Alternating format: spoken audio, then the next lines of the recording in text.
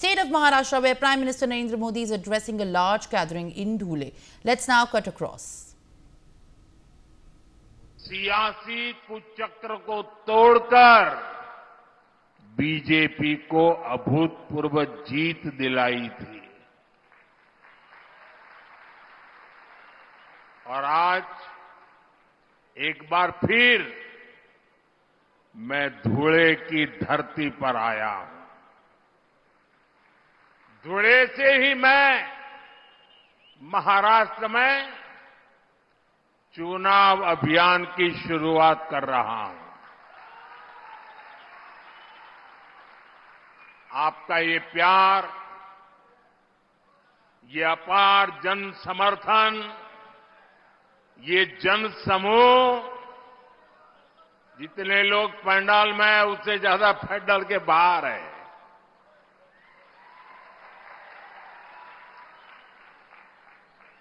उधर तो उनको पर्दे भी खोल देने पड़े। ये जन समूह, ये उत्साह, ये उमंग वाकई अभिभूत कर देता है। हम सभी को, भाजपा को, महायुति को, महायुति के एक एक उम्मीदवार को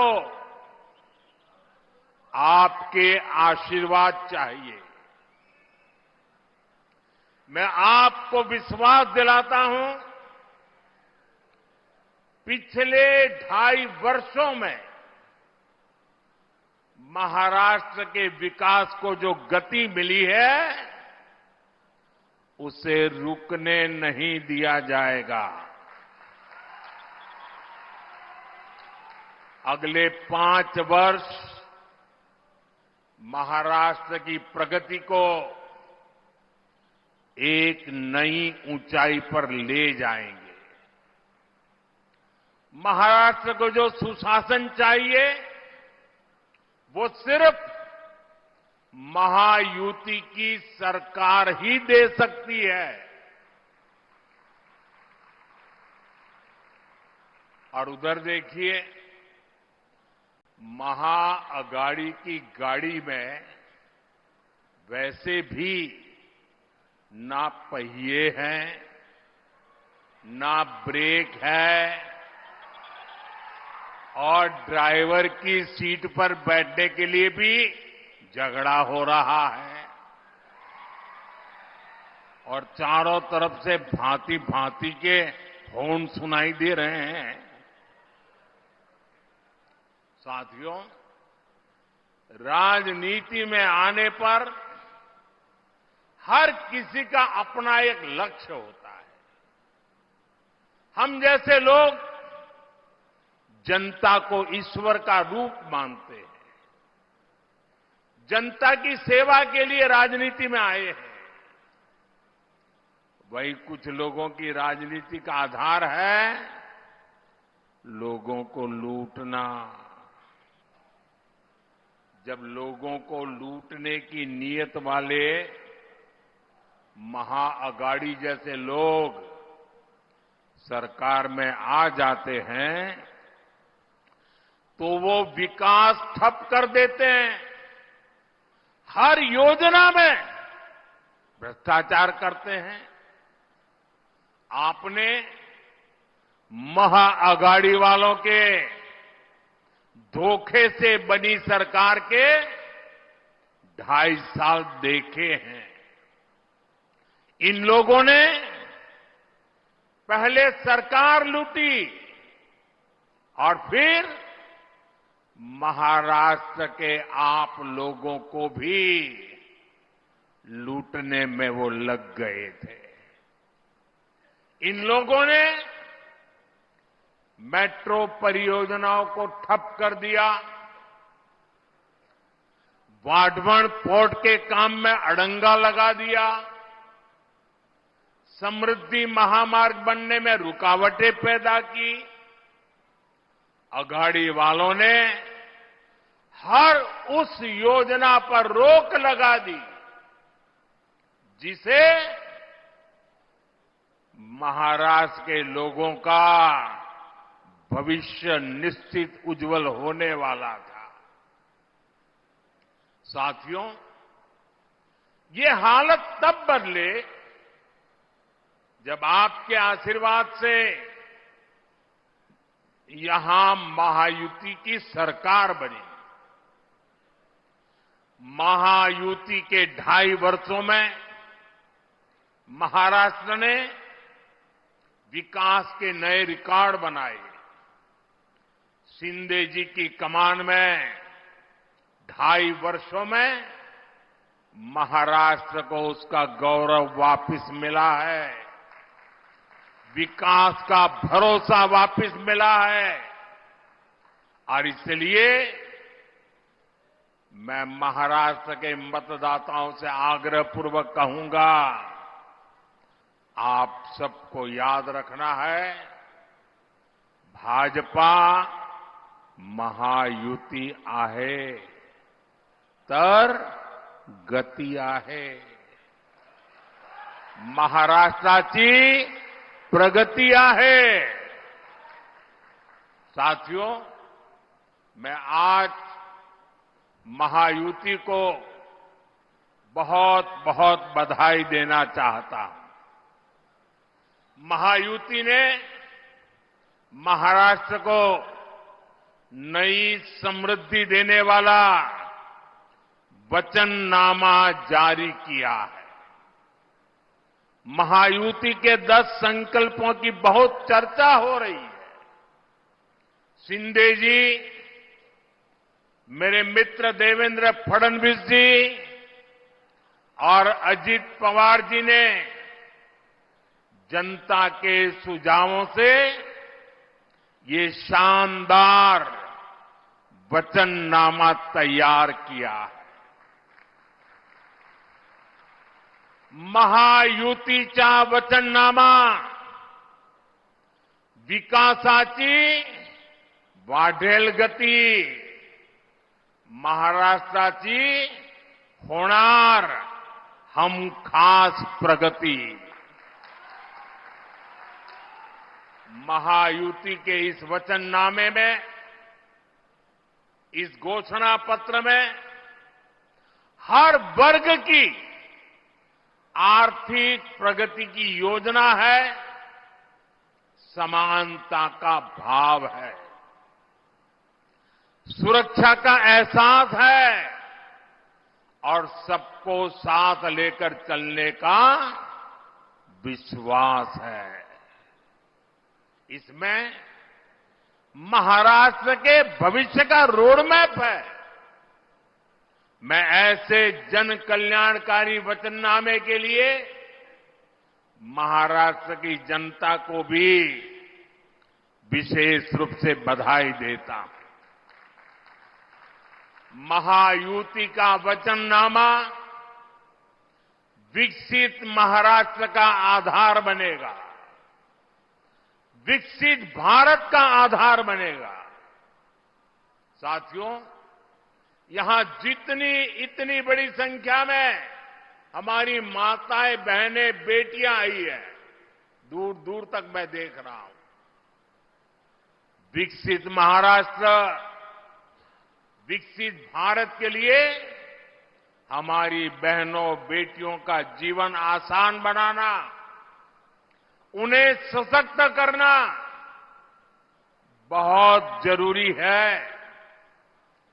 जब महिलाएं आगे बढ़ती हैं तो पूरा समाज तेजी से प्रगति करता है। इसलिए पिछले 10 वर्षों में केंद्र सरकार ने महिलाओं को केंद्र में रखकर अनेक बड़े बड़े फैसले लिए हैं। पिछली सरकारों ने सैनिक स्कूलों से लेकर काम के कई क्षेत्रों में महिलाओं का रास्ता रोका हुआ था। ये मोदी है, उसने वो सारे बंधन हटाए, महिलाओं को ज्यादा से ज्यादा क्षेत्रों में काम के अवसर दे दिए, सारे दरवाजे खोल दिए। हमने नारी शक्ति वंदन अधिनियम के जरिए विधानसभाओं और संसद में महिलाओं को आरक्षण का अधिकार दिया। शौचालय से लेकर गैस सिलेंडर तक हर योजना के केंद्र में हमारी माताएं बहनें ही रही है। हमने जब इन योजनाओं को शुरू किया था तब कांग्रेस के लोग हमारा मजाक उड़ाते थे, लेकिन आज वही योजनाएं महिला सशक्तिकरण का पर्याय बन गई है। मुझे खुशी है कि महाराष्ट्र की महायुति सरकार भी हमारे विजन को आगे बढ़ा रही है। माताओं को, बहनों के लिए यहां अनेक योजनाएं शुरू की गई है। आज महाराष्ट्र में हर डॉक्यूमेंट पर माता का नाम अनिवार्य कर दिया गया है। महायुति सरकार के इस फैसले का हर किसी ने खुले दिल से स्वागत किया।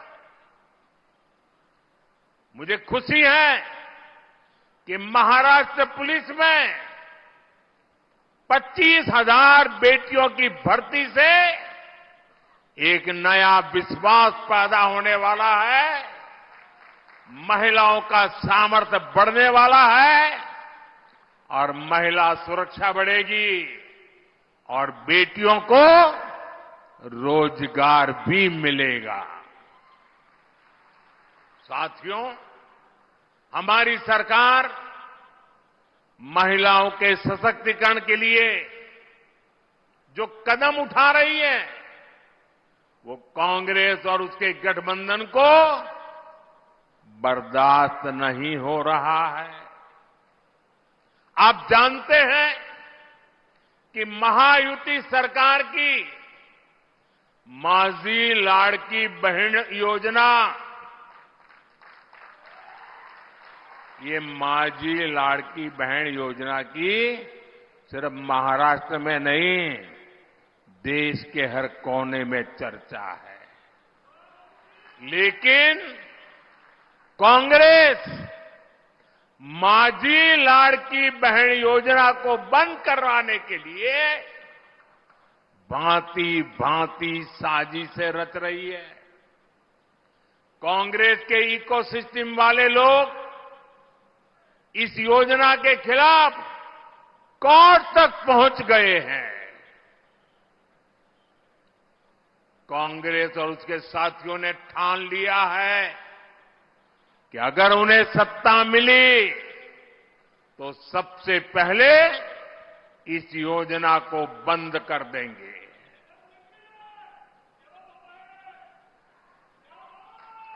मैं जरा आपसे पूछना चाहता हूं, क्या महिलाओं के लिए ये योजना चलनी चाहिए कि नहीं चलनी चाहिए? महिलाओं को लाभ मिलना चाहिए कि नहीं मिलना चाहिए? महिलाओं को आगे बढ़ाने की योजनाएं चलनी चाहिए कि नहीं चलनी चाहिए? और इसलिए महाराष्ट्र के हर महिला को इन अगाड़ी वालों से सतर्क रहना है। ये लोग कभी नारी शक्ति को सशक्त होते नहीं देख सकते। पूरा महाराष्ट्र देख रहा है कांग्रेस और अगाड़ी वाले लोग अब महिलाओं को किस तरह गाली देने पर उतर आए हैं। कैसी कैसी अभद्र भाषा, कैसे कैसे कमेंट, महिलाओं को नीचा दिखाने की कोशिश महाराष्ट्र की कोई माता बहन कभी भी अघाड़ी वालों के इस कृत्य को माफ नहीं कर सकती।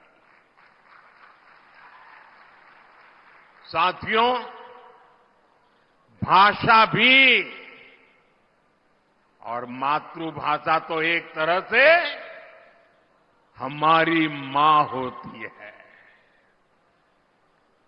मुझे गर्व है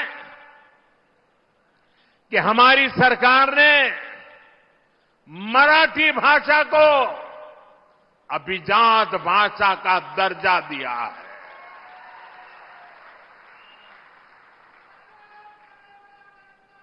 इस फैसले के बाद मुझे देश और दुनिया भर के मराठी भाषी लोगों के संदेश मिल रहे हैं।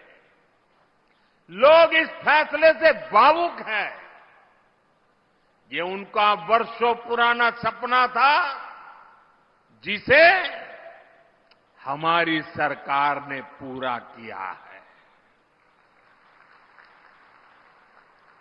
भाई और बहनों, मराठी भाषा को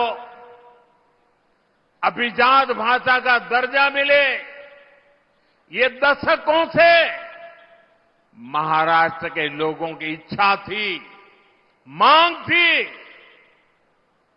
कांग्रेस पार्टी ने महाराष्ट्र में भी राज किया है, केंद्र में भी राज किया है और केंद्र में महाराष्ट्र में एक साथ भी राज किया है, सरकारें चलाई। लेकिन मराठी को अभिजात भाषा का दर्जा मिले, इन्हें इसकी जरूरत नहीं लगी। इन्होंने हमेशा मराठी भाषा के सम्मान की मांग को अनदेखा किया। उन्हें अब भी परेशानी हो रही है। ये काम मोदी ने कैसे कर दिया?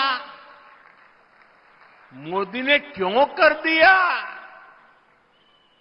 महाराष्ट्र के नाम पर राजनीति करने वाले अघाड़ी वालों का यही असली चेहरा है। साथियों, महाराष्ट्र में डबल इंजन सरकार ने कैसे काम किया है, ये आज पूरी दुनिया भी देख रही है। आज विदेशी निवेश में, नए अवसरों में महाराष्ट्र पहली पसंद है। लगातार 2 साल तक महाराष्ट्र विदेशी निवेश में नंबर 1 रहा है। इस साल के पहले 3 महीने में 50% से ज्यादा, 50% से ज्यादा विदेशी निवेश अकेले मेरे महाराष्ट्र में आया है। महाराष्ट्र को सभी निवेश परियोजनाओं में प्राथमिकता दी जा रही है। इलेक्ट्रॉनिक वाहन परियोजना, ग्रीन एनर्जी और सोलर प्रोजेक्ट, स्टील प्रोजेक्ट, ऐसे कितने ही प्रोजेक्ट महाराष्ट्र के अलग अलग हिस्सों में स्थापित किए जा रहे हैं। भारत का सबसे बड़ा पोर्ट, पूरे हिंदुस्तान का सबसे बड़ा, ये पोर्ट भी, बंदरगाह भी हमारे महाराष्ट्र में बन रहा है। इंफ्रास्ट्रक्चर के बड़े प्रोजेक्ट से महाराष्ट्र में नए अवसर तैयार हो रहे हैं। साथियों, और जिस दिन मैं वाढवण पोर्ट के शिलान्यास के लिए आया था, उस दिन हमारे देवेंद्र जी ने पब्लिक में एक इच्छा व्यक्त की थी। उन्होंने कहा था कि हिंदुस्तान का सबसे बड़ा बंदरगाह बन रहा है, मोदी जी इतना सारा कर रहे हो, हजारों करोड़ लगा रहे हो, तो वहां एक एयरपोर्ट भी बना देना। उस दिन तो मैं चुप रहा था, लेकिन भाइयों बहनों, जैसे ही आचार संहिता खत्म होगी, जैसे ही महाराष्ट्र में महायुति की शपथ विधि हो जाएगी, मैं महाराष्ट्र सरकार के साथ बैठ करके देवेंद्र जी की इच्छा कैसे पूरी हो, इस बात के लिए काम करूंगा।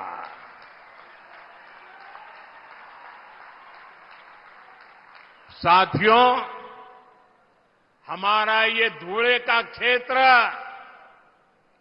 औद्योगिक विकास का गढ़ रहा है, और अभी देवेंद्र जी ने धुले का क्या बढ़िया वर्णन किया। देश में बहुत कम जिले हैं जिनको इतनी सारी सौगात एक ही इलाके में मिली होगी। ये टेक्सटाइल का भी बड़ा केंद्र है और मुंबई दिल्ली इंडस्ट्रियल कॉरिडोर से भी जुड़ा हुआ है। धुले की कनेक्टिविटी यहां के विकास के लिए बहुत जरूरी है। इसलिए धुले के इंफ्रास्ट्रक्चर और कनेक्टिविटी पर हजारों करोड़ रुपए खर्च किए जा रहे हैं। धुले सोलापुर हाईवे का काम जारी है। धुले इंदौर रेल मार्ग का काम स्वीकृत हो चुका है। इन सारी परियोजनाओं से यहां के युवाओं के लिए रोजगार के भी हजारों नए अवसर बने हैं। साथियों, महाराष्ट्र के किसानों को भी डबल इंजन सरकार में डबल फायदा मिला है। उन्हें पीएम किसान सम्मान निधि के 6,000 रुपये के साथ ही महायुति सरकार के नमो शेतकरी महासम्मान निधि के 6,000 रुपया अतिरिक्त मिलते हैं, यानी 12,000 रुपये की आर्थिक मदद मेरे महाराष्ट्र के किसान भाई बहनों के खाते में सीधी जाती है। अब एक कदम आगे बढ़ते हुए महायुति की सरकार ने इस राशि को 15,000 रुपये तक बढ़ाने की घोषणा की है। इसका बहुत बड़ा फायदा महाराष्ट्र के और मेरे धुले के किसानों को भी होगा। केंद्र सरकार ने पिछले 10 वर्षों में किसानों के लिए जो काम किए हैं, उनसे कांग्रेस के खोदे गए गड्ढों को भरने में काफी मदद मिली है। आज किसानों के पास फसल बीमा की सुरक्षा है। किसानों को सस्ती बिजली के लिए सोलर पंप दिए जा रहे हैं। किसान की फसलों की खरीदारी भी आज रिकॉर्ड स्तर पर हो रही है। फसलों पर एमएसपी के दाम भी लगातार बढ़ाए गए हैं। यही बीजेपी और महायुति का संकल्प भी है, और हमारा किसान खुशहाल हो और देश समृद्ध बने। साथियों, यहां धुले और आसपास के क्षेत्र में बड़ी संख्या में मेरे आदिवासी भाई बहन रहते हैं। सूरत के तो हम पास पड़ते हैं जी, आपके बिल्कुल एकदम सीधे पड़ोसी है और इसलिए मैं इस इलाके से भी काफी परिचित रहा। बीजेपी ने हमेशा सबका साथ सबका विकास की नीयत से काम किया है। इस संकल्प का प्रमुख हिस्सा हमारा आदिवासी समाज भी है। ये वो समाज है जिनका देश की आजादी में, देश के विकास में महत्वपूर्ण योगदान रहा है। लेकिन कांग्रेस और उसके साथियों ने कभी आदिवासी गौरव, आदिवासी स्वाभिमान पर ध्यान नहीं दिया। आदिवासी विरासत को न्याय मिले, आदिवासी युवाओं को बेहतर भविष्य मिले, क्या ये आपका अधिकार नहीं था? लेकिन इस काम में दशकों लग गए। जब अटल बिहारी वाजपेयी जी के नेतृत्व में बीजेपी की सरकार आई, तब अलग आदिवासी मंत्रालय बना। तब पहली बार आदिवासी हितों को, इस समाज की अपेक्षाओं को महत्व मिला। हमारी सरकार ने भगवान बिरसा मुंडा की जयंती पर जनजातीय गौरव दिवस की शुरुआत की है। इसका मकसद यही है कि आदिवासी परंपरा को पहचान मिले। इस बार 15 नवंबर से अगले 1 वर्ष तक हम भगवान बिरसा मुंडा की 150वीं जन्म जयंती मनाएंगे। हमारी सरकार देश भर में एकलव्य आवासीय विद्यालय भी बना रही है। इन विद्यालयों में हमारे आदिवासी बेटे बेटियां पढ़ रहे हैं। हमने जल, जंगल, जमीन का हक सुरक्षित किया। वन उपज का लाभ आदिवासी समाज को मिले, इसके लिए हमने इस समाज को उसके अधिकार दिए। बीजेपी के ही प्रयासों से पहली बार एक आदिवासी महिला द्रौपदी मुर्मू जी देश की पहली आदिवासी राष्ट्रपति बनी। और पूरे देश ने देखा है कि कैसे कांग्रेस और उसके साथियों ने द्रौपदी मुर्मू जी को हराने के लिए पूरी शक्ति लगा दी थी। आए दिन ये लोग द्रौपदी जी का अपमान करते हैं और ये इनकी पुरानी आदत है। बाबा साहब आंबेडकर को हराने के लिए नेहरू समेत ने ताकत लगा दी थी। आज से 25-30 साल पहले बाबा साहब आंबेडकर को नीचा दिखाना ये कांग्रेस का रोज का काम था और वैसा ही उन्होंने द्रौपदी मुर्मू जी के साथ किया। साथियों, आज मैं आपको और पूरे देश को कांग्रेस और उसके साथियों की एक बहुत खतरनाक साजिश से आगाह करने के लिए आया हूं और इस आदिवासी क्षेत्र में आया हूं तब मेरा ये कर्तव्य बनता है इस खतरनाक खेल से मैं महाराष्ट्र को, देश को, मेरे आदिवासी भाई बहनों को सजग करूं।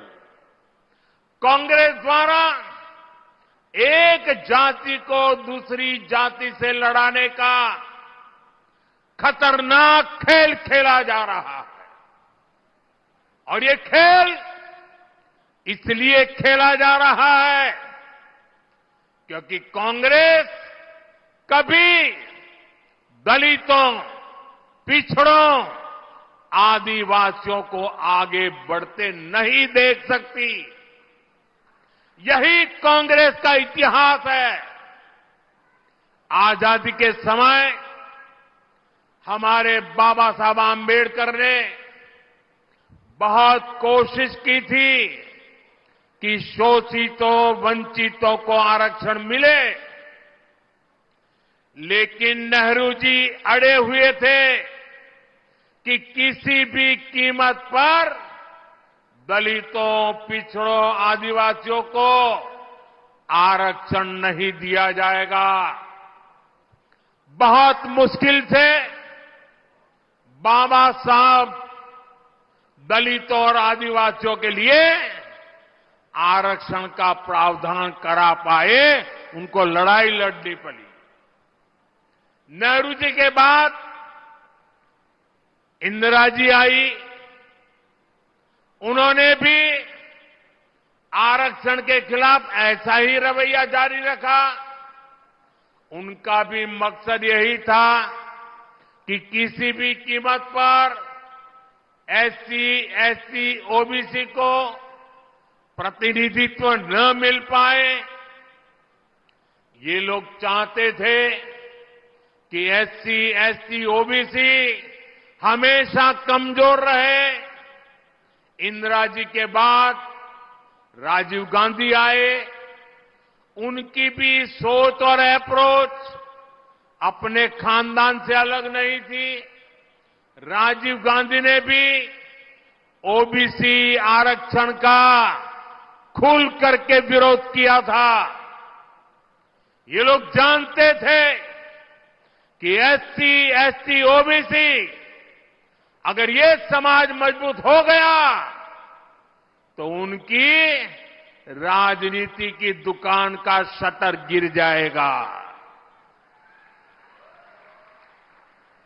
राजीव गांधी के बाद अब इस परिवार की चौथी पीढ़ी इस खतरनाक भावना के साथ उनके युवराज काम कर रहे हैं।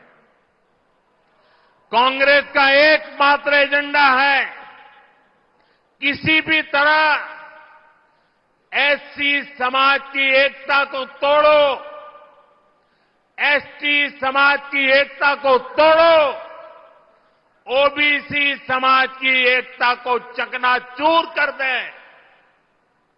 कांग्रेस चाहती है कि एससी समाज अलग अलग जातियों में बिखरा रहे, ताकि एससी समाज की सामूहिक शक्ति कमजोर पड़ जाए।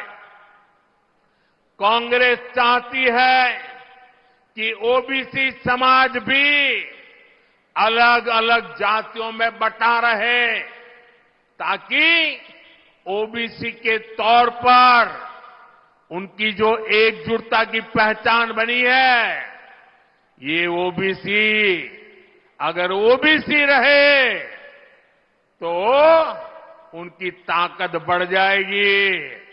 ये ताकत न बढ़े, इसलिए ओबीसी समाज को भी जातियों में बिखेर दो। इसलिए वो ओबीसी को भी अलग अलग जातियों में बांटने का खेल कर रही है। कांग्रेस चाहती है कि हमारा एसटी समाज अलग अलग जातियों में बटा रहे, क्योंकि आज आदिवासी के रूप में, जनजातीय समूह के रूप में, शेड्यूल्ड ट्राइब के रूप में समाज की एकता, समाज की एक पहचान, समाज की एकजुटता आज उभर करके आई है। और वो मजबूती से अपनी आवाज उठा न पाए, इसलिए उनको भी छोड़ेगा। इतने लोग कांग्रेस के राज करते रहे, ये परिवार राज करता रहा। क्या कारण था? बाबा साहब आम्बेडकर का संविधान जम्मू कश्मीर में लागू नहीं हुआ। देश में 2 संविधान चलते थे। ये मोदी आया तब जाके बाबा साहब आम्बेडकर संविधान जम्मू कश्मीर में लगा। और इसके कारण होता था क्या? कश्मीर में दलितों, वंचितों को उनका हक नहीं मिलने दिया। कांग्रेस ने आतंकवाद को संरक्षण दिया, अलगाववादियों का संरक्षण दिया। जो समस्या कांग्रेस ने पैदा की थी, हमने आर्टिकल 370 खत्म करके उस समस्या को भी खत्म कर दिया है। ये 21वीं सदी के भारत के सबसे बड़े फैसलों में से एक है। लेकिन जैसे ही मैं देशवासियों को कहता हूं, जरा जागिए, सचेत हो जाइए। जैसे ही कांग्रेस और इंडी गठजोड़ों का जम्मू कश्मीर में सरकार बनाने का मौका मिला, वो फिर से कश्मीर को लेकर साजिशें करने लगे हैं। आपने टीवी पे देखा होगा, 2-3 दिन पहले जम्मू कश्मीर विधानसभा में जो कुछ हुआ आपने देखा होगा। कांग्रेस गठबंधन वहां फिर से आर्टिकल 370 लागू करने का प्रस्ताव पारित किया है। दोस्तों, क्या यह देश स्वीकार करेगा? आप सहमत होंगे? कश्मीर को तोड़ने का कांग्रेस का एक कारनामा आपको मंजूर है? आर्टिकल 370 के समर्थन में विधानसभा के भीतर बैनर लहराए गए। जब बीजेपी के विधायकों ने जी जान से उसका विरोध किया तो उन्हें उठा करके सदन के बाहर फेंक दिया गया। कांग्रेस और उसके साथियों की एक घिनौनी सच्चाई पूरे देश को, पूरे महाराष्ट्र को समझनी होगी। कांग्रेस गठबंधन एक तरफ जम्मू कश्मीर से भारत का संविधान हटाने का प्रस्ताव पास करता है। कांग्रेस ने जो प्रस्ताव पारित किया है ना, इससे बाबा साहब का संविधान जो मोदी वहां ले गया है ना, वो फिर वापस कर देंगे और जम्मू कश्मीर में बाबा साहब के संविधान को घुसने नहीं देंगे। और दूसरी तरफ यही कांग्रेस, उनका गठबंधन यहां महाराष्ट्र में आकर संविधान की झूठी किताब लहराता है, कोरे कागज वाली। ये कोरे कागज वालों की कटी पतंग का जमाना आ गया है।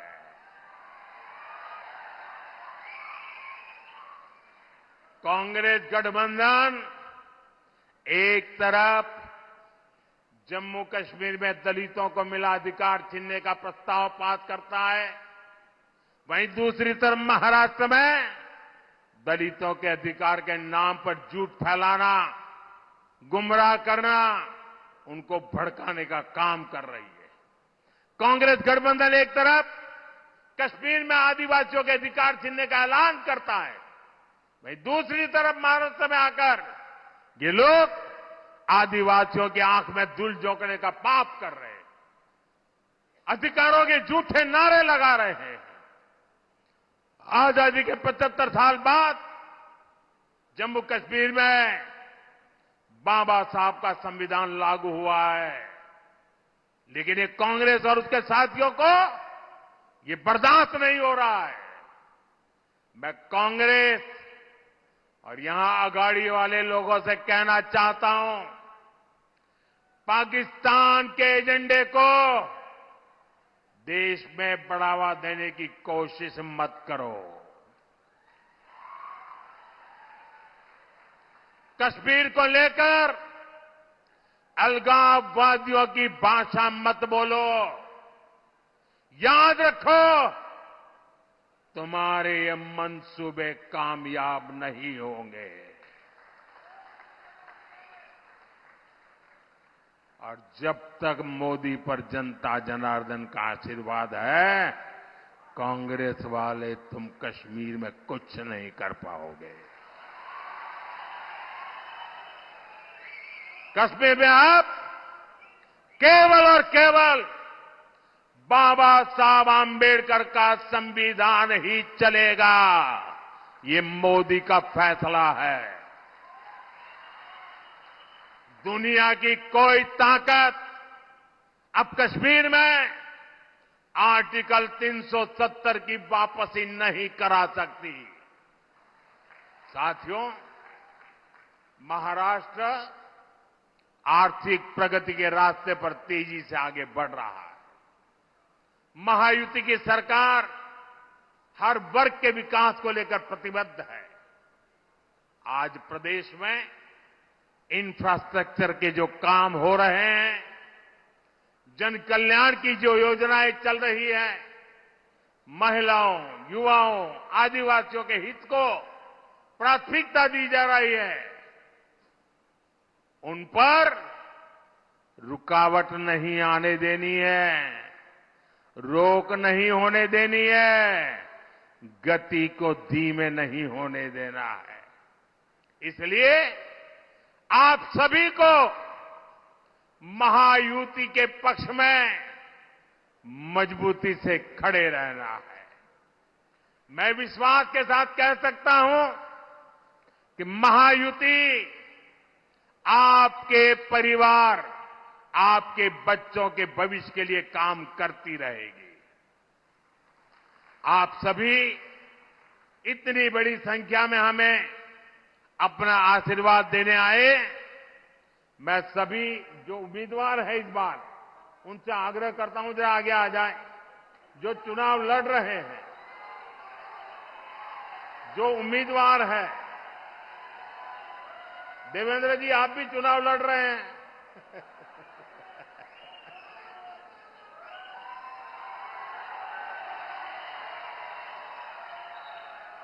मेरे साथ बोलिए, भारत माता की, भारत माता की, भारत माता की।